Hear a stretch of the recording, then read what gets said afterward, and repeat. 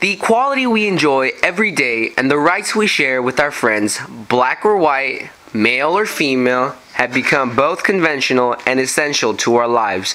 But before the 19th century, there was no such luxury.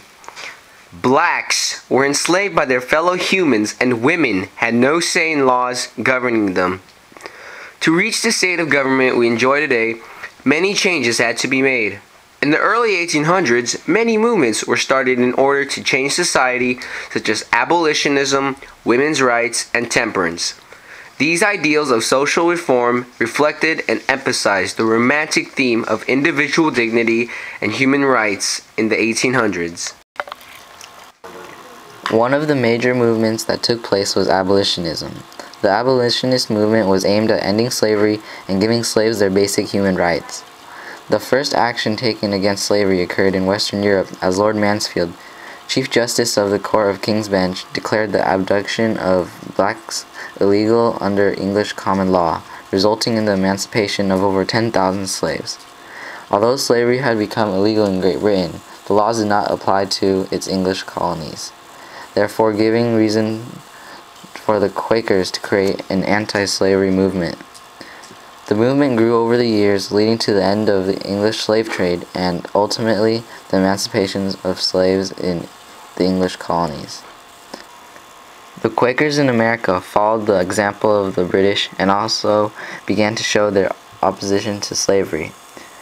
Famous abolitionists such as Thomas Jefferson, Benjamin Franklin, Thomas Paine, and many other influential powers wrote articles and formed groups persuading more and more people to join the cause.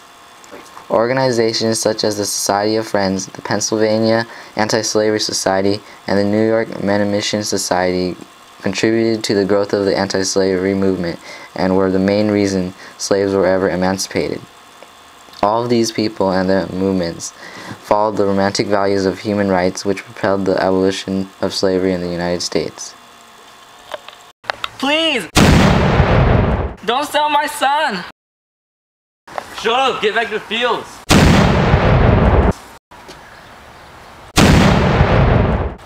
Hey, that's not right!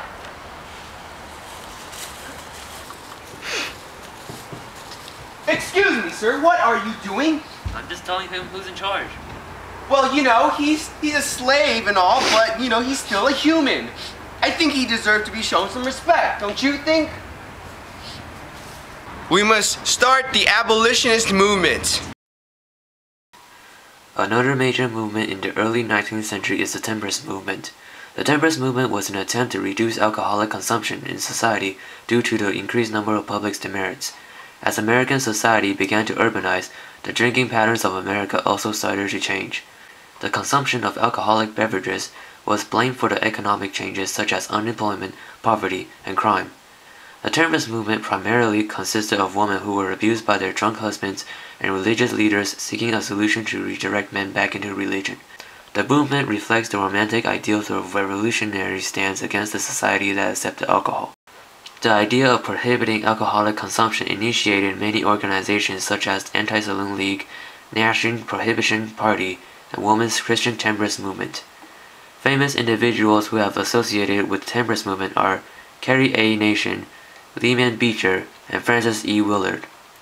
The Temperance Movement was successful in many states until the early 20th century. 13 years after the ratification of the 18th Amendment, which banned alcoholic production, transportation, and sale in the United States, the 21st Amendment, suggested by President Franklin D. Roosevelt, overruled the 18th Amendment. In 1933, the prohibition ends. Although it was unsuccessful, the Temperance movement reflected the romantic theme of revolutionary reforms in society that rebelled against established social rules.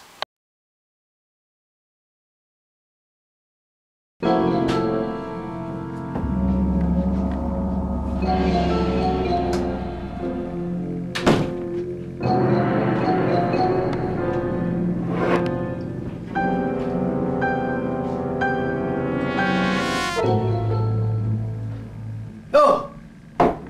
You're fired! No! I was just fired. Honey, I'm home. Oh! I'm leaving you. No! Drinking is bad.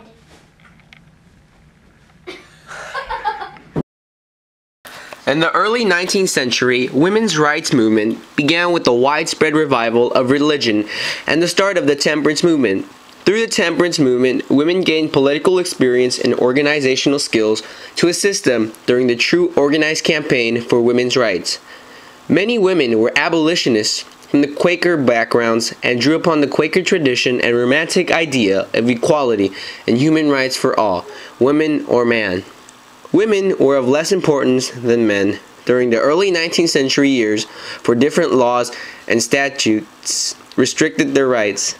However, beginning in the 1830s, women began to experience more equality by the passing of such laws such as Married Women's Property Act in 1848, which gave women greater control over property. This law inspired many other states to pass similar legislation.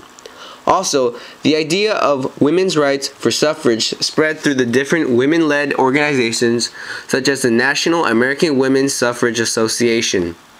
Activists such as Elizabeth Cady Stanton and Susan B. Anthony stood up for the women of America and demanded the same rights as men had. Women in the labor force began to increase in numbers at the same time as the women's suffrage movement took place. The National Consumers League and the Women's Trade Union League were founded to protect the women of the labor force. Because of the continuous stream of new women entering the workforce, the Women's Bureau of the Department of Labor was created in 1920 that passed different legislation to protect women at work. These different reform movements involving women's rights dealt with specific romantic theme of human rights and dignity. The reform movements of the past created the equal environment that is in existence today. Women should have the same rights as men. We should be able to vote. You are a woman. Women have no rights. All right, okay.